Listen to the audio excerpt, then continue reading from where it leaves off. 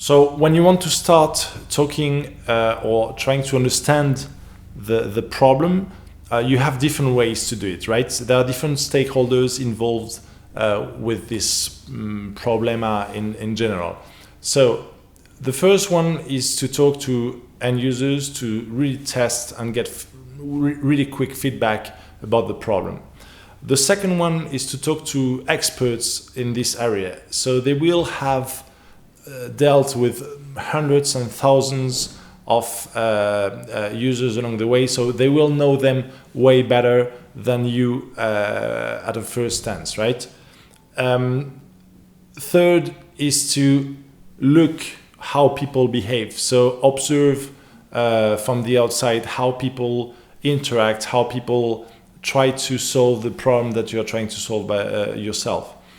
The fourth one is to get immersed into the whole experience yourself, right? So you will really understand the problem that users are having along the way.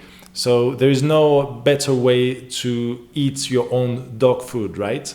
And the fifth one is to try to have a comparison between what was the analog situation maybe a few years ago and how the market has evolved and how you could actually solve the problem in a better way and more current way, right? We used to say that generally like new solutions appears every 5 to 10 years. So it's a good way as well to think about what were the new products launched maybe a decade ago. You can see that, for instance, Facebook appeared, and maybe 5 to 7 years later, Instagram appeared, right? So here you have to think about analog ways, right? So this is the first global approach on how to think about the problema. The second approach is to maybe map the different stakeholders involved with the problem. You have on the first side essentials stakeholders, so basically the end users of your product. So really try to think how they behave, talk to this type of stakeholders. Then you have a second step of stakeholders, the important one, the ones that are indirectly involved with these stakeholders. For instance, in my last startup, we were trying to improve the experience in bars and restaurants, right?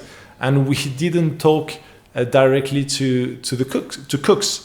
And cooks actually have a very important influence on the experience of restaurants because they are the one managing the reason in the whole experience. And we didn't talk to them, so we lost a lot of time trying to understand what was going on in the whole restaurant experience, right? So it's important to map all these different stakeholders. And then finally, maybe interesting stakeholders like associations or people not having that much influence on the problem you are trying to solve it, but that could maybe give you some inputs about it.